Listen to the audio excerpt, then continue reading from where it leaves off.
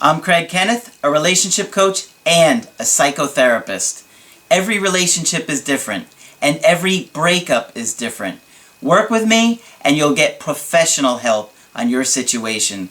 Just click on the link in the description below, or go to my website, askcraig.net.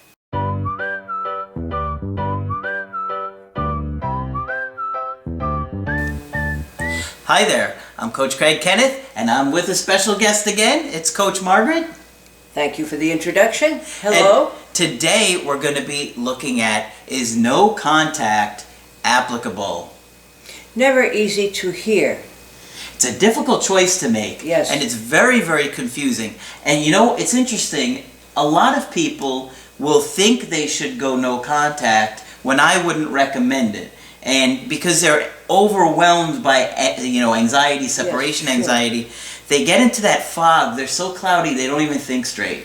And that's a major insight, I believe, that we assume people are always at their sharpest thinking, but this is a full-blown crisis. Yes. And when you're in crisis, your energy and your brain don't work perfectly. No, they don't. No. And I can tell because I lived that. And Yes, you remember did. when I was going Yes, through my I breakups. do. Yep.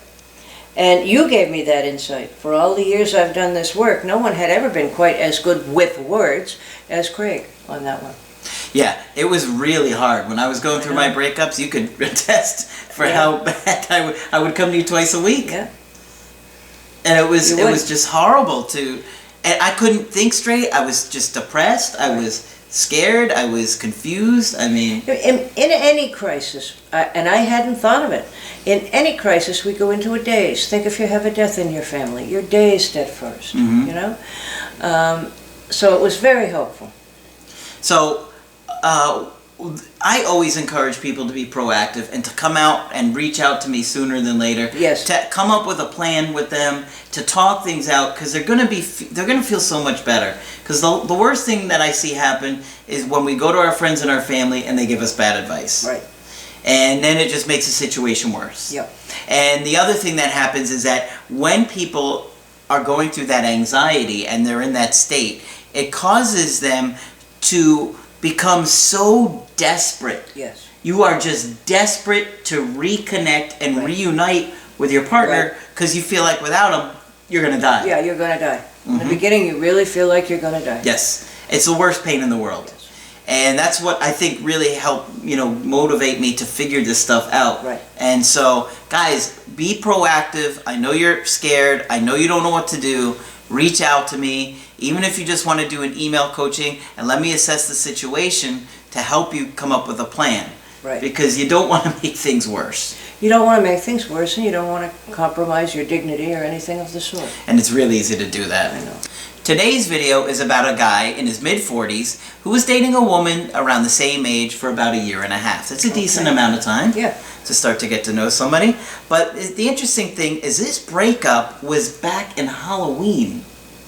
And you're just hearing from someone now? Yeah. Yeah. Now, he used to be married for many, many years, and now he's divorced. And he was telling me a little bit about the situation.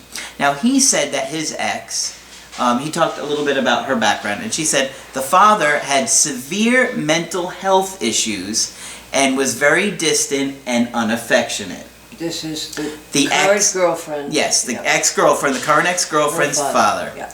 The mother was indifferent, and his ex has ADHD, OCD, and some sociopathic traits. So let's talk about that for a minute. Whose ex is this now?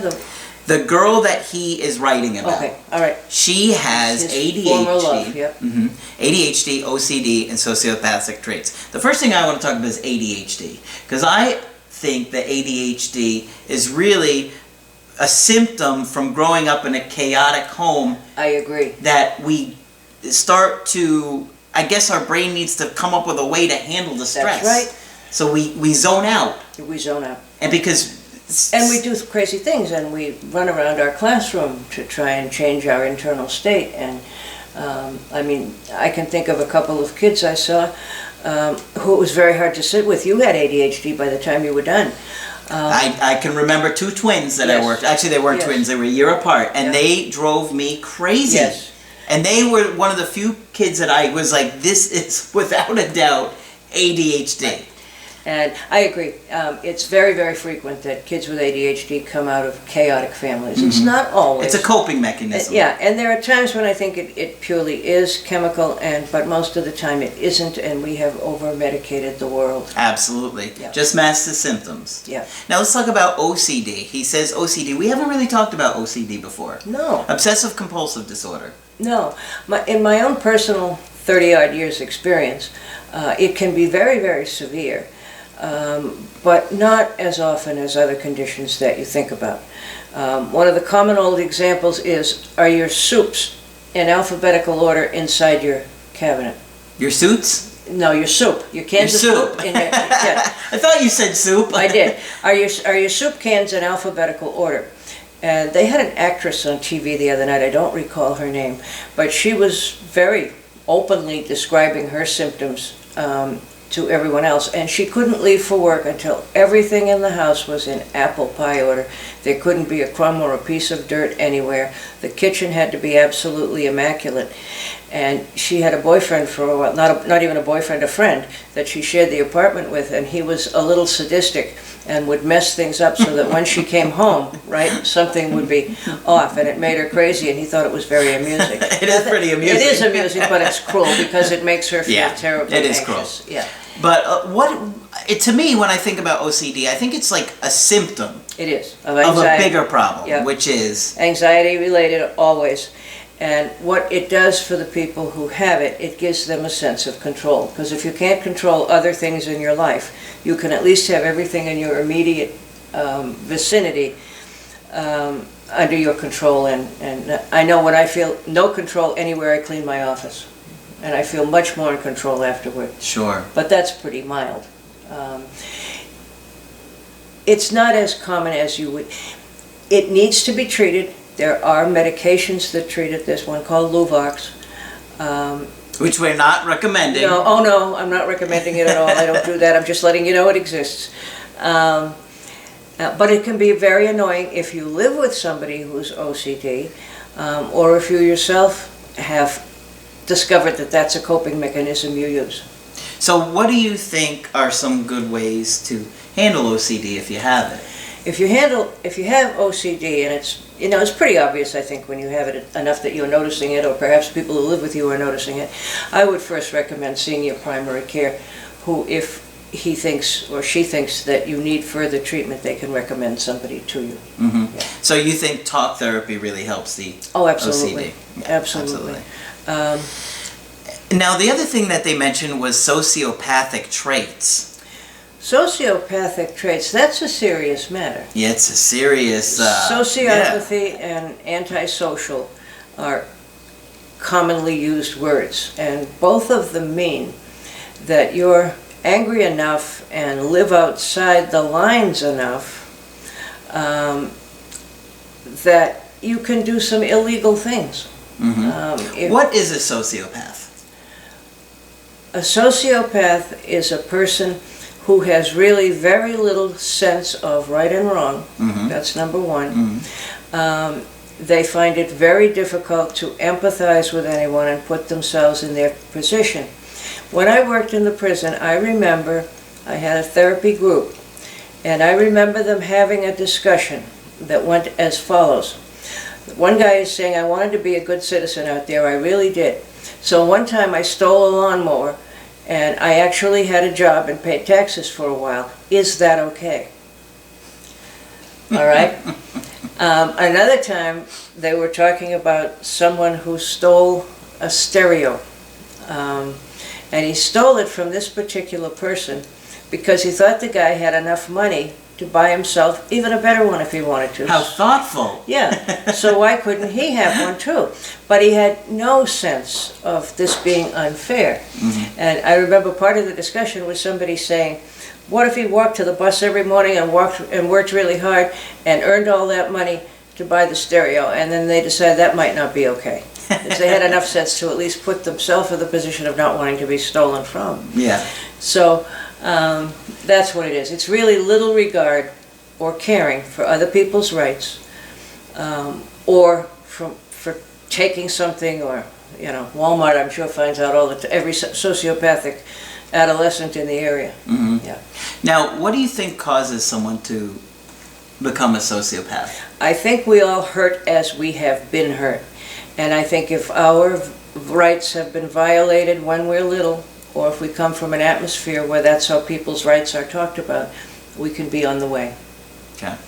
So that's just a little bit, just to give you a little Just a little understanding bit. here. Well, but I'll tell you what doesn't make much sense to me is OCD and sociopathy together. That doesn't match real well in my head. Does it in yours? No. And I'm wondering, you know, where this person came up with the idea that they have sociopathic traits. Right. You know, I think it starts often with shoplifting and goes to, you know, huge major things. So let's go on a little bit more and explore what's going on here. He said, it came to a head one day. We never argued in the relationship, but we also never brought up anything up to it with each other, as much as I wanted to. She said she wanted a break, which turned into a breakup, saying that she was no longer feeling attraction. I broke off contact in person, though continued texting for a month. Since then, we have seen each other several times for dates or catch up. We are still very open with each other. But she said they never brought things up with each other. Exactly. This is confusing to me anyway. It is to me. Yeah. Okay. According to him, the two biggest problems in the relationship was that he was not mature enough, and that's what she told him, and that he had a low number of sexual partners in his life while she was very promiscuous, though she was faithful when they were together. Okay. What are your thoughts about that? All right. What can you do? Okay. All right, so his question is this. He says, first, the bad news. Laura has some sociopathic personality traits. This makes her very difficult to connect with. She has no lasting friends unless they live far away. She can appear rude and selfish, but also very charming. She is ruthless, but she can be kind-hearted at the same time. The point is that human attachment for her is shallow. Sex was always about the physical sex and not the connection, but I am certain that she was in love with me. Any thoughts about that? Well, he's trying to make sense out of it, certainly. But his diagnosis, or whatever he's been told, doesn't quite add up. It certainly sounds like she comes from a disengaged family where nobody talked to each other. She's not into bigly into human relationships. And that sounds more like an attachment disorder or some sort of a personality disorder to me. He's very confused because she could tolerate being close 1 minute and not the next, and that's the most confusing thing on earth if you're with somebody like that, because you never know what you did wrong. Yeah, and it sounds like she's constantly flip-flopping. Yeah, and she's been promiscuous. But he thinks that she's been faithful to him. Well, that was my response as well. So none of this adds up, and she sounds like she might be difficult as a partner. Although he says she can be very charming and very loving, and that's the difficult part if you find yourself with someone like that. I remember a professor in grad school telling me that her personal thoughts were that anytime she met a man that was charming, she knew it was going to be bad news. Well, that's a bit of an overgeneralization. But there tends to be some truth to that. It is true. Yeah, there can be Mr. Charming who turns out to be nobody you ever thought he was. Sure. All right. I am fairly sure that she is seeing someone new now, though I am 100% sure that any new man will dump her quite quickly due to her personality disorder.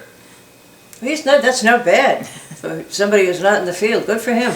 But her ex-husband only married her for a green card and the fact that she is gorgeous. Oh, Lord. Okay. Attempting to go no contact with her will probably result in her not speaking to me again. So far, for 8 months, I have stayed in touch with her regularly, and we have gone on several dates, and even had a sleepover, where we are even comfortable being naked together, though the relationship is now completely platonic. So now They're just spending time as friends, and that's not going to work for him. It's not going to work for him. And it's not going to work for her over time either. No. And she's dating somebody else now. Of course. So she's been promiscuous, of course. Yeah. The hope that I have for us is as follows. She says that she still loves me, but has no romantic interest. I love this woman for who she is. How can I turn up the attraction for her? Should I keep dating her on and off as she seems comfortable with? I must be able to leverage this. But how? He has a question here. Is no contact applicable at this point in our relationship or in this situation? My instinct tells me to stay in touch with her, to see her periodically, and wait for her to come out of her next relationship. I won't be waiting very long. If I can turn up the attraction somehow, then maybe she will fall in love with me again. If I go no contact, then I probably will never hear from her again. Well, the first thing that pops into my mind for this situation is that he has a belief that if he leaves her alone and moves on, she'll forget about him. She'll forget about him. But I don't think that's true. I don't either.